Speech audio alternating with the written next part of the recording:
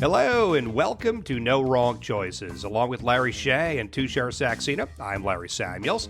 This is a podcast about the adventures of life, where each episode features what we refer to as a dreamer, or somebody who had an idea, a vision, chased it, and got pretty darn close. This episode features Cousin Sal Iacono, a very funny comedian, writer, podcaster, and entrepreneur who's also famous for being Jimmy Kimmel's cousin. He's also a very good friend of mine that I've known for a long time. So with that, let's set up the interview. Larry Shea, why don't you lead us in? Yeah, this is going to be another one of these kids don't try this at home type of interviews. Don't ever try this at home. Or try this at home because it just might work. We talked about that with Shuli, one of our earlier podcasts. The entertainment industry does lend itself to some very strange paths, whether that be over rocky roads or through the middle of the ocean. Sal had a lot of fortunate things happen in his life where he knew some people and got some doors open for him. But that doesn't mean just because the door is cracked open that you're going to knock it out of the park and you're going to kick that door in and get the job done. And everything you see with Cousin Sal just tells you that he's right where he belongs because he's hilarious. I watch all his bits. I can't wait to see them. He works with Jimmy Kimmel so well. And now he's off on his own adventures. And he's a really cool guy with a great story, and it is inspiring and truly inspiring. It reminds me a lot of the old HBO show Entourage, and it's real life Entourage in this sense, where you have the big star who brings all of his friends along for the ride, and they all blossom, and they all manage to blossom in the best possible way. And Sal is that guy that he really took the opportunity that was given to him and he turned it into something. He turned it not only into his job, he turned it into his career. And that career has really flourished. And let's be honest, you're right. You're right, Shay, when you say, kids, do not try this at home.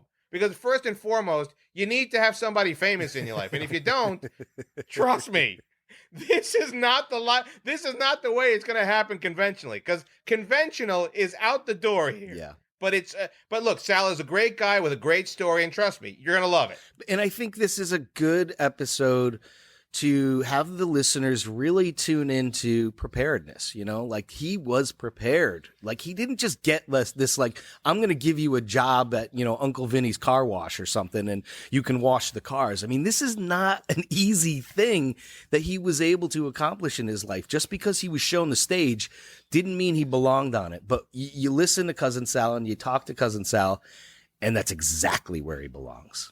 For sure. And, as somebody who knows him as well as I do, he's a very smart guy. He's very creative. He's always been unbelievably quick. And you brought up something earlier about, having a famous cousin, Jimmy, who I know from a very far distance, but close enough to have seen, a lot of this stuff come together, has taken care of those people who really matter to him, and he's helped bring those people along. And I now see Sal doing exactly the same thing for those people who he loves and who he cares about. So it's a really great thing to see. So with that, here is Cousin Sal Iacono. Now joining No Wrong Choices is a very funny podcaster, TV personality, entrepreneur, and believe it or not, lawyer who successfully turned his lifelong passions of laughter and gambling into a career. He may also be the funniest alumni of Oswego State University. Please welcome Cousin Sal Iacono. Wow, that is some intro. Funnier than Al Roker? Yeah, all right, I'll take that. Thank you. I think so. Funnier than Linda Cohn? Maybe. Funnier than Steve Levy? Absolutely. I do appreciate the. I'm sorry. No, go right ahead, man. I always appreciate a thorough intro like that because I'll go on a bunch of shows, and I didn't expect this from you, Larry. I've known you for many years, but I'll hear. Our next guest is an American comedian and attorney. I was like, oh, you son of a bitch! You're reading from Wikipedia. Stop with you're a fan of mine and stuff like that. But anyway. Well, that's the advantage that I have on this podcast is that I could have written the Wikipedia, so my job is to not go too far and to not overstep. Thank you. It's much appreciated. Wikipedia has become our best friend in many senses, to be honest with you, Sal. So, Sal, I guess the first question has to be, is that between bong hits back at SUNY Oswego, did you see that this would be the end place for the two of you at this moment, interviewing each other on a podcast? Was this the end result?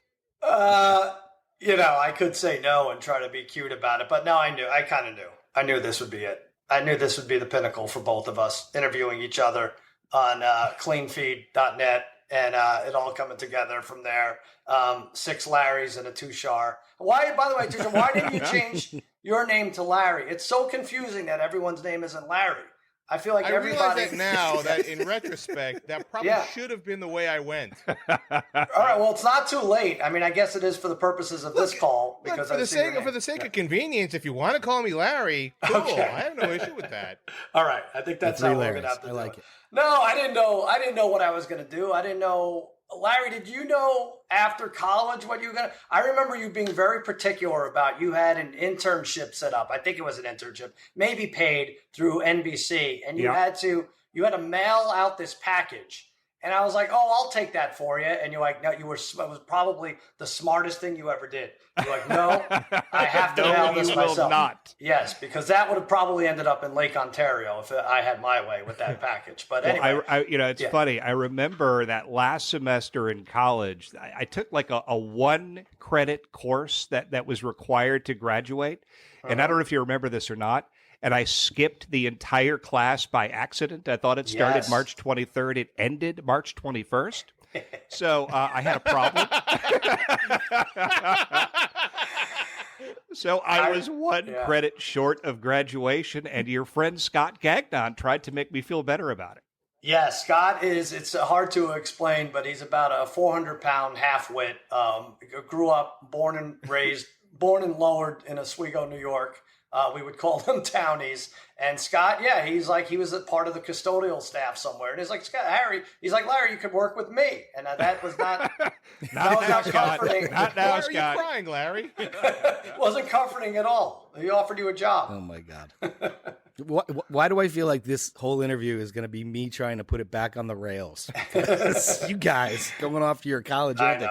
Take me back to, I mean, you grew up in Brooklyn, though, right? Like, when you were a kid, you didn't dream of being on TV and all that stuff. Like, you fell into it? You didn't dream of that stuff when you were younger? No, I didn't dream of anything. I dreamed of Dallas Cowboy cheerleaders and, I don't know, Christy McNichol. I actually didn't grow up in Brooklyn. I lived there for the first few years of my life. If you checked Wikipedia, you would know. No. I grew up in Long Island, and I don't know. What I was getting at is Larry was focused on what he wanted to do, and the rest of it, I mean, I had. Has anyone heard of public justice? That was my major in college. I don't even know what you do with that. It wasn't quite political science, but it was in broadcasting. So I was sort of in the middle, and I had nothing to do, and I had nowhere to go. And I think my cousin Jimmy, who's probably going to come up a few times in this discussion, was going to hire me as a phone screener out of college. He was working as a DJ in Tampa, and he had been fired like 7 times in 7 different cities in a course of 9 years. And so he's in Tampa, and I was like, all right, I have nothing else to do after college. And I was like, I'll be a phone screener. And then he went in to ask his boss if he could set it up. And the boss is like, no, not unless you never want to have be given a raise again. And so he's like, okay, Sal, you're going to go to law school for now. So that was my backup plan, even though I had no inkling of going to law. I hated law school all throughout. And, but that was it. Like, I don't know how many 18-year-olds you think have a plan, really nowadays, or even 30 years ago. At what point, I mean, okay, so you go to law school, you don't want to be a lawyer. Now, at some point during law school, you say to yourself, this is not for me. This is totally not for me. Yeah, day one. Was there a plan even after that, or was it always, okay, at some point I'm going to go back to gym?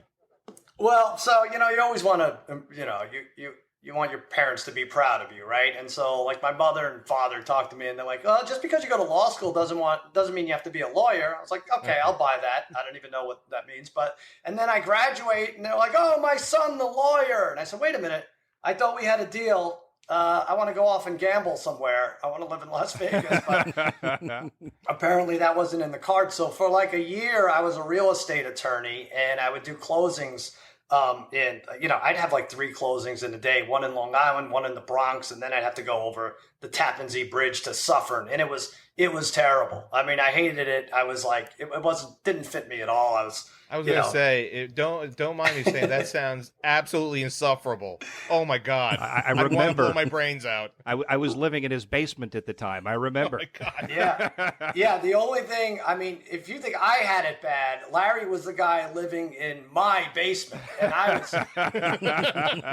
was not well off at all. So, no, but, yeah, so I was like, I got to get out of here. I mean, I'm like, was like representing like 30 banks. And then my cousin Jimmy at that point was working on When Ben Stein's Money. He was hosting the show, and he needed a writer, and he was doing these syndicated sports comedy bits that he was willing to turn over to me to write. And it helped that I failed the bar twice, my decision in moving out west. So that was the next step right there. So you went out west, and where did you live when you got out west? I lived in his basement. It's just an endless. I have some inside information here. It's an endless string of people living in each other's basements. It hasn't ended. Yeah. You move on to L.A. You're living in Jimmy's basement, and so the first big projects. I remember you were running a sports bit. You were writing for Ben Stein. When did momentum really feel like it started to kick in?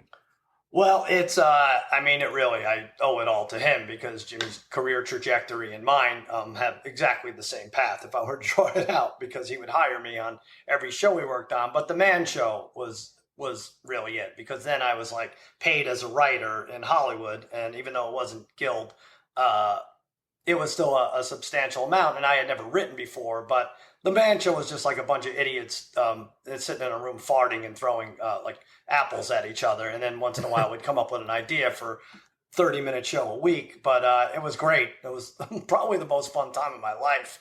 That I don't know how much you guys remember, but Larry, did you come out for any of the 3 Larrys? Did you come out for a taping? I did not come out for a tape. Okay, Larry. I was number 3? out there a few times, and it was hysterical going into that writer's room with. I mean, Jeff Ross was there, Tony was there. I mean, some people who became unbelievable. I mean, Jeff Ross was already successful, but became really big.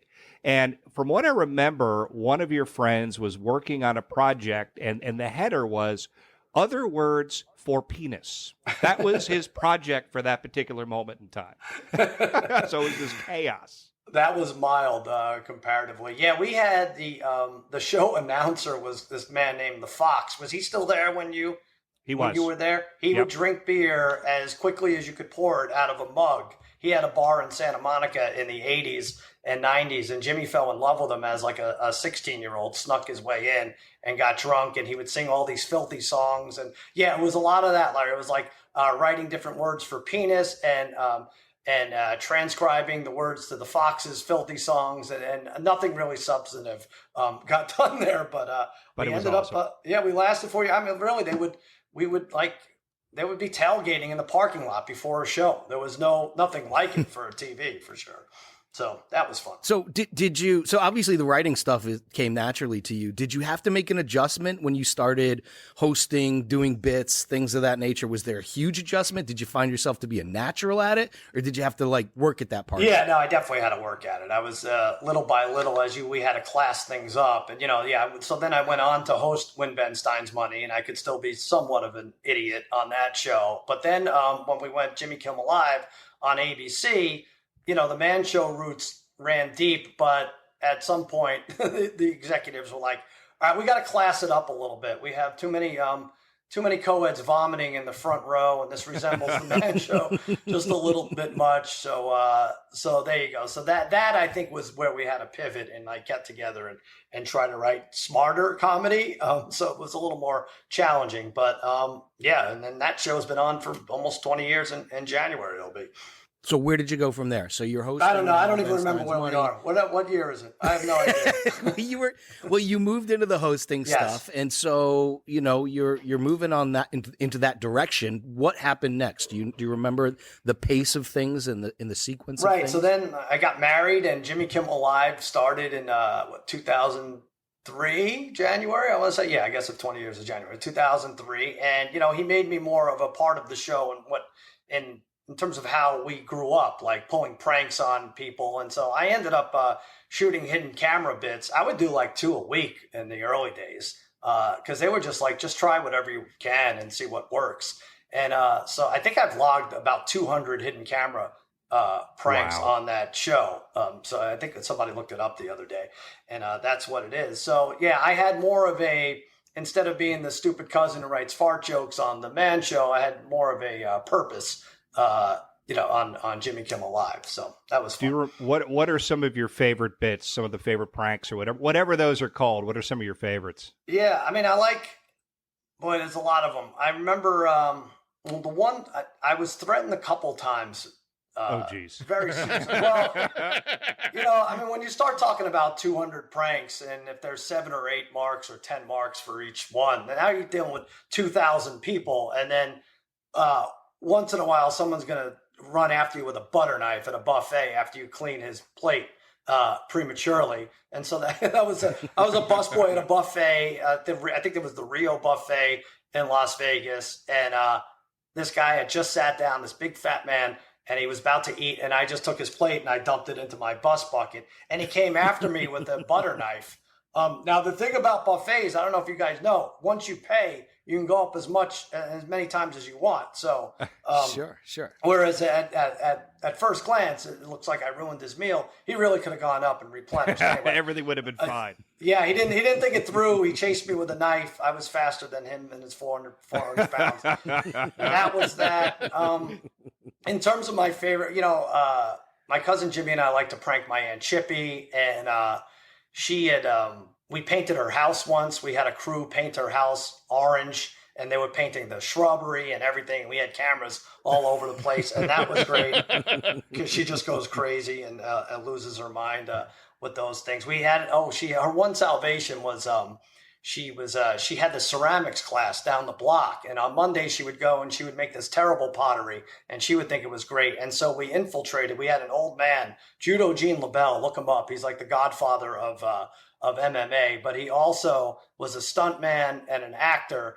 And we had him come in, and he screwed with her to no end, throwing sardines on her painted platters and everything. And she lost her mind. So those are the best when they involve. I definitely saw that one. I'm flashing back to, I think that you had the NBA championship trophy fall apart on people a few times. Right, that's a good one. Yeah, we did that this year. The Larry O'Brien trophy, and we have people sign a release saying, there's not going to be any problems, but if in fact the trophy breaks while it's in your possession, you owe upwards of $2 million. I'm like, but it never happened. So just sign here. And sure enough, we have it rigged. So as soon as they're posing with it, the thing gets destroyed. But then you'll have like people crying, and we have to cut those out because people don't like to watch others cry, even if at the end. I do agree that that's not great television. That's not the television that I That's the only watch. point to watch. That's the only reason to watch. By the way, some of those earlier days, we probably would have allowed it, but now people are much more sensitive to those who are sensitive. So we can't. That's the problem with modern society. That's right. It's interesting that you say that because your career has taken a pretty interesting arc when you consider that you started with the Man Show, and we've now gone through this age of massive transformation in terms of what can be shared. Like, has that impacted your style and how you do things at all? Listen, I'm not going to lie when I say I think about every, edgy joke that I tell, I would love to be in a place where like the Adam Carollas of the world who just don't give a crap and say what they want, no matter how crazy it is. The Man Show was a different time. First of all, they were doing it tongue in cheek. Jimmy and Adam were at the time. And it wasn't like we hate women, that was understood. But they did say some asinine things that would be quotable and maybe cancelable in today's day and age. So Yeah, of course. I mean, you guys think about it too, right? I mean, this just Without any question. comedy bit that would have had legs years ago. I mean, just look at sitcoms now. Forget about even All in the Family, but you would just see there are even some Seinfeld episodes that you couldn't make like, it. Absolutely. Yeah, like the Native American. Right? For sure. There's just like so many things that you couldn't get away with today, for better or worse. I mean, maybe we were stupid and we needed to grow up, but also maybe people need to relax too and just recognize that a lot of this is all for fun.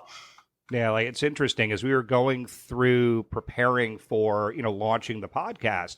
We looked at like you guys prepared for this. Believe it or not. Oh, okay. Well, not this particular You cannot episode. understand how much time it took preparing for this podcast. Okay. Not this episode. Godfather didn't take this much time to put together. So we listened to, some of the clips that we did way back when. Yeah. And like there was one bit, and I don't want to say who it was, but a radio legend that we worked with a couple of times, who we had on the show, who was so funny and so brilliant. And he was making fun of Tushar, ripping Tushar in a way that in today's day and age, there is no way we could put that on the radio. It's just, It's sort of interesting what we thought was so brilliant then, we're so sensitive to now. Yeah, there's no question about it. And I talk about this with Bill Simmons and my cousin Jimmy and Adam Carolla, and between the four of us, and Jimmy especially because he was doing radio in the 90s. But there's, between Simmons and I did a podcast now for almost 15 years, and Carolla did Loveline, and Jimmy, like I said, there's 25,000 hours of them on there. And if anybody's really paying attention, there's some bad stuff out there. I probably shouldn't even mention that because now I've issued a challenge. Everyone's going to look for all the trolls to figure It's it out. a podcast. Right. We can pull that. Okay, good. That's okay, right. so that's right. So this is now this career path has certainly given you access to be in places where you never would have been before with people that you couldn't imagine. Do you have that like pinch me moment? Like, Jesus, I can't believe I'm at this party or at this place with these people. Is there a moment like that you can? Yeah, there's so many, and I've I wrote about it in my book. You got to be careful about meeting your heroes because, almost definitely they're not going to be as excited to see you as you are them. And if they are, there's something wrong with it. But I like, I think shoot to the C+ range. So like I met Roddy Piper, professional wrestler Roddy Piper, who was my favorite growing up, my absolute favorite. I got all through my progress report, all 7 classes, uncooperative behavior in class as a junior in high school, because I would talk like Roddy Piper and berate the teachers. And that was, even back then, you couldn't do that. So I loved Roddy Piper, and I met him, and he was a great dude. He really was. And like, I want to say, in a way, a father figure, and, just the sweetest heel you'll ever meet. But I got lucky because he's not, if it was Paul McCartney, it might be a different story, right? So keep your expectations, have your heroes be somewhere in the middle, and then you need a little luck, and then I think you'll be happy. But yeah, when I met him, Jimmy invited him to my 30th birthday party, and he showed up in the kilt, and he said, I've come here to kick ass and chew bubble gum, and I'm all out of bubble gum. And it was like a clown showing up to a kid's party. And that was my pinch me moment, I would say. I've had a bunch of them, but that was probably the first. I remember seeing great line that is. Yep, I remember seeing that video. You came home from LA and you had a video of that birthday party, and I'll never forget Piper walking around the corner, "Where is my little boy Sal?" or whatever. It was so great. He put me in a sleeper hold, and he was like gone in a town car in 20 minutes. It was surreal. But yeah, there's a bunch of moments like that for sure. All right, so Sal, I want to talk a little bit about get back to like in some senses like what we talk about the podcast, like how do you get not how do you get into life, but for others, like how can they walk this career path a little bit like you. Now, obviously, you had a great deal of help from Jimmy. So for others who kind of want to crack into the business, like what are some good suggestions for them to look at? Yeah, I think that's really it. You have to have a famous cousin, and if you don't, it helps. It certainly helps. Yes, just jump on 23andMe and just keep refreshing until it happens, and maybe a Bradley Cooper will show up, or a Melissa McCarthy or something. But Well, are you talking specifically podcasts? No. I would say like for you, like where you started out, basically started out as a call screener to writer, so to speak, right? I think this is not going to be anything like life changing. Obviously, your path is super unconventional. Right, exactly. So yeah, become a lawyer, fail the bar, go out. No, I would say any kind of entertainment. Cousin with a basement. That's right. Become a cousin with a basement is huge.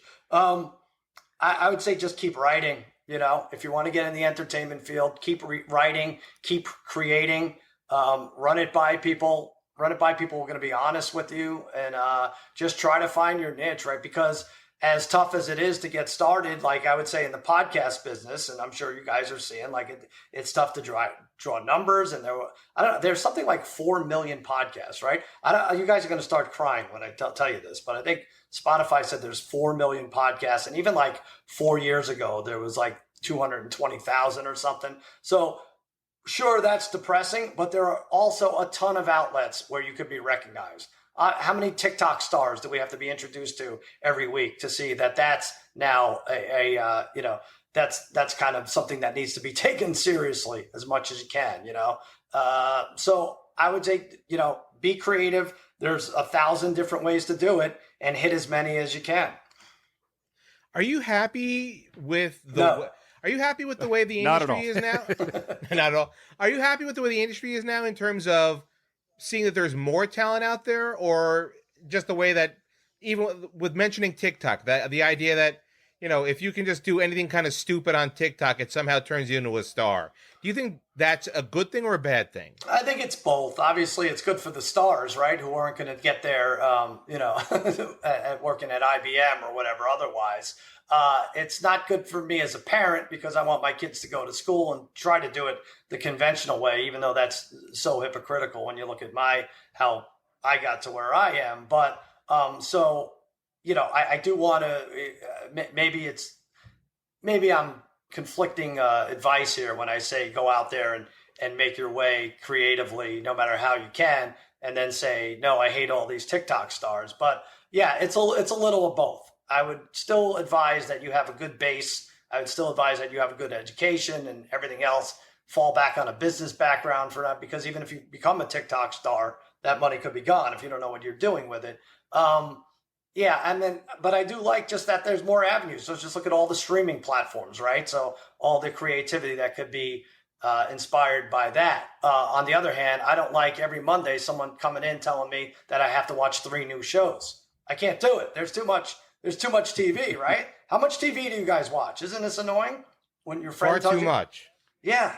You can only watch like 150 hours a year, I figured. So I don't know. So it's definitely a little of both. I'm not going to say TikTok is the way to go and you have to abide by the new way of doing things, but you can't close it out altogether. So are you a big proponent then of formal training, acting training, maybe even doing stand-up, things like that? Or do you think that's obviously still a viable avenue for people to get into entertainment? I mean, writing, I think, is the best. I think what you did is the best because when you understand comedy writing, you can perform it better. But are you a proponent of that formal training? I think a little. I'm not going to say no, throw it out, because we've seen examples of the Kardashians having their own reality show with no formal training, right? Like that. So that's what some people will point to. But that's tough. That's tough to pull off, and everybody needs training. I don't know whether it's sports or whether it's playing the piano or acting or anything. Yes, you want to make it so that you can be molded into something that you're not, because you're not there yet. So yeah, I wouldn't rule out formal training, but I would say maybe don't get bogged down on it. Maybe you don't have to spend 7 years in an Acme class because your friends are in there, right? So I don't know. So dive into TikTok, dive into Instagram and whatever else, and do just little shorts. And if you have enough of a following on social media, you can get there faster than the conventional way, like we talked about.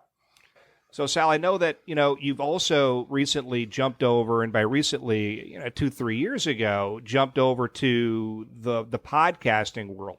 You talk about acting and getting reps and things of that nature. I know that you've done a lot of radio work over the years, but what was the inspiration to put yourself out there and launch your own thing, your own podcasting company?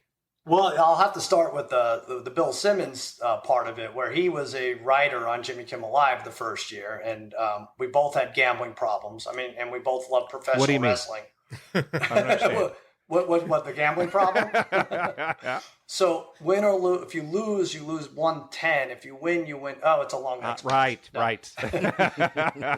So Simmons and I would talk about gambling and sports all day, and we would, especially on Mondays, USA Today was a thing back then, and we would guess what the lines were for the next week, and we would keep track. And Simmons says, this would be a good show. I said, it's not even a thing. What do you mean a show? We're talking about it and then we're done. He's like, no, we're not.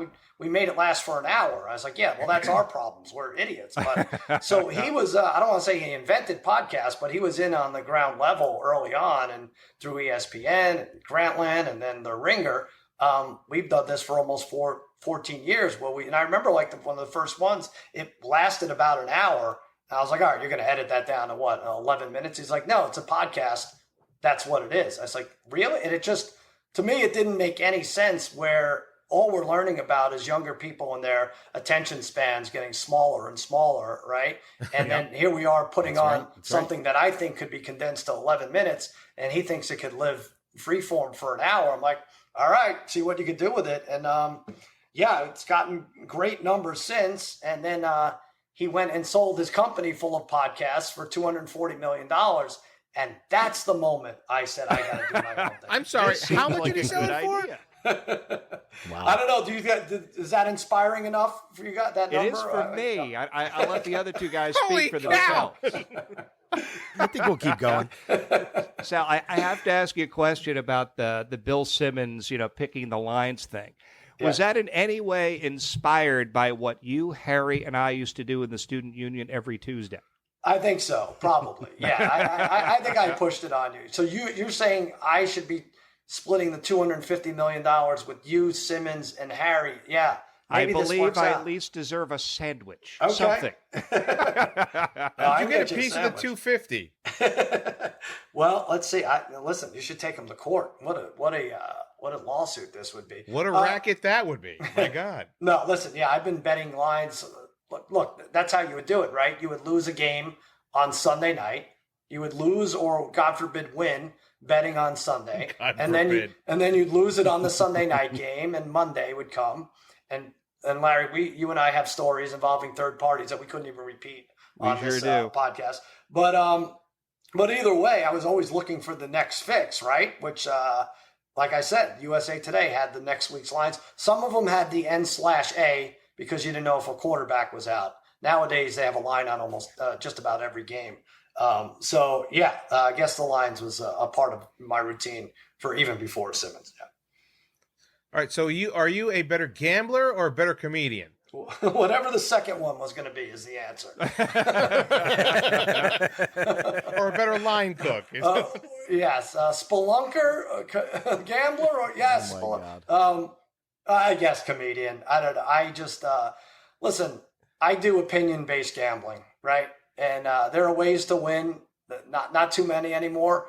Where you have 16 iPhones going at once, and you're trying to buy a half a point here on Caesars and sell a half a point on DraftKings. And, at that point, you're not even watching the games or considering who's taking snaps or anything. Or you get into it like I do and have an opinion on something, and you see the Steelers get crushed one week, and you're like, oh, well, the Buccaneers aren't going to lose to the Steelers. And then sure, tell they do. And you're like, oh, that's why opinion gamblers lose all the time. And that's what 99.9% of those out there are doing, opinion gambling. But I have tightened it a little bit. I have, I'll bet a little less week to week. I'll bet more on preseason futures for the upcoming season.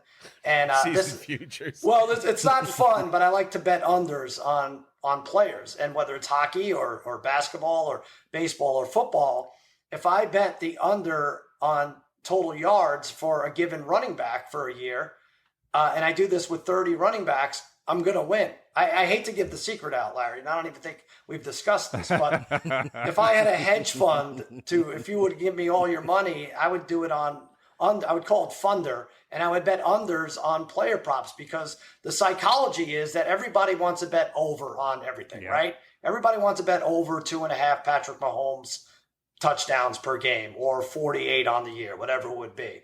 But it goes under because these numbers are based on these guys not missing any games, these guys not getting injured, or them just not having a good year. So, yeah, I'll give you a hint, like 26 running backs I bet under, 9 of them through week 6 are done already, either injured now for the year, or their numbers are never going to catch up. So, including Jonathan Taylor. Yeah, that's exactly right. Bastard. Yeah, you're a keeper. You're a keeper. But anyway, so I don't want to sound like a smart guy because I still lose money, but I do have a way of making it even. The comedian thing's never going to change. I'm only going to be as funny as I was writing fart jokes 20 years ago. So I just love that you're rooting against success for other You know, people. I do that a lot, and people get mad at me because there's a bet on the NCAA tournament. Will there be any buzzer beaters in the first 2 rounds? And I almost always bet none. I always bet no.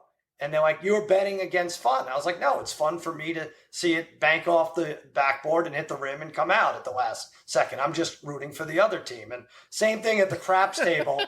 I'll bet no pass on craps, and everybody will get mad at me. But that's kind of, are you in it to make money or are you not? You know, like I've had wars with people at the craps table where they're actually throwing the dice at me in anger because I'm rooting against them. So you're not there to make friends, baby. You're there to make money. Right. Yeah, exactly right. All right, so I need to roll this back because you had me at 240 million. Yeah. Let's get back to the 240 million.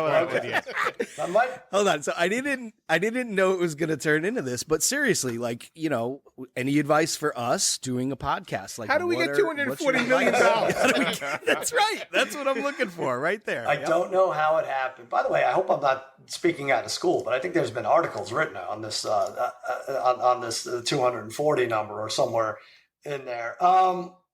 It's hard. I'm going to tell you, it really is hard, and you have to break news one way or another, I think, to get out there, because like I said, there are so many if we are talking specifically podcasts, there are so many, and what you guys are doing is unique, but you have to, I don't know, you have to somehow make news, like the What's Up guys. I don't know, they had just like a little thing, and you got to get it, and you got to work that and find out what works for you, and somehow that the public takes a big bite out of. I know I'm talking in very general terms, but I do feel for the most part, a lot of these podcasts with the bigger numbers were grandfathered in a dozen or so years ago.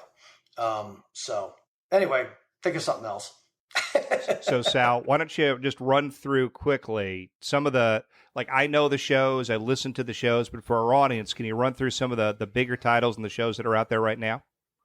Yeah, that we're on, that I'm doing. I do the Extra Points podcast with Dave Damashek and Martin Weiss, and that's a broader view of sports. And then, with our buddies, Larry, the Parlay Kid, Darren Sicoli and Brian Sicoli, 2 brothers, and our friend Harry, who we went to college with, we do Against All Odds, and that's more concentrated towards sports gambling and day of events and things like that. We have Megan Fun of Sports. Megan Gailey's a comedian, and Megan Connolly is a backstage interviewer at Friday Night SmackDown, and they give their take on sports. It's a fun look at it. We have Waiver Wired podcast, which is a fantasy-based podcast. We have Lemon Pepper Parlay with Will Blackman, former NFL player.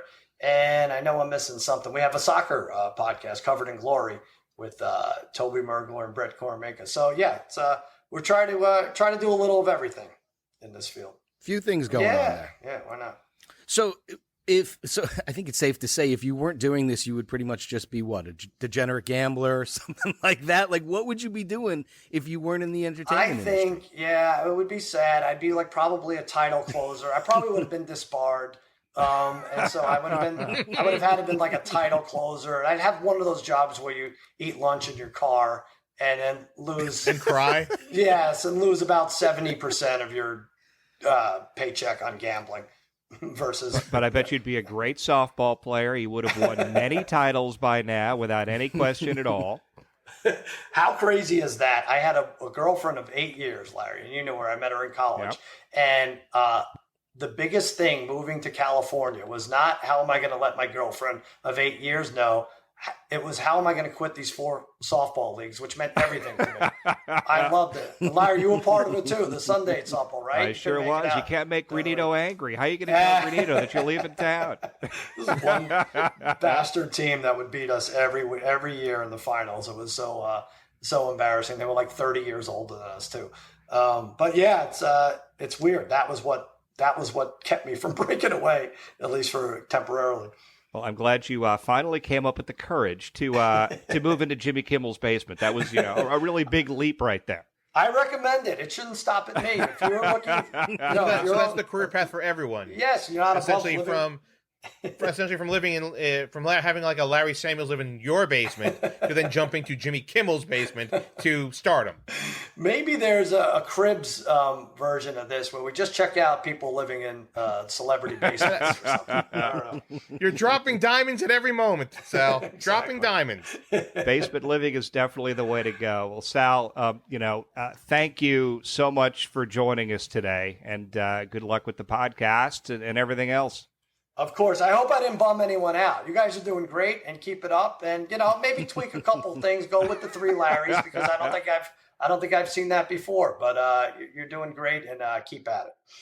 So that was my college friend, Cousin Sal Iacono, who is a great storyteller and quite the story himself, to say the very least. Guys, what were you? I know him so well. I know these stories inside and out. So I'm more curious to hear from you.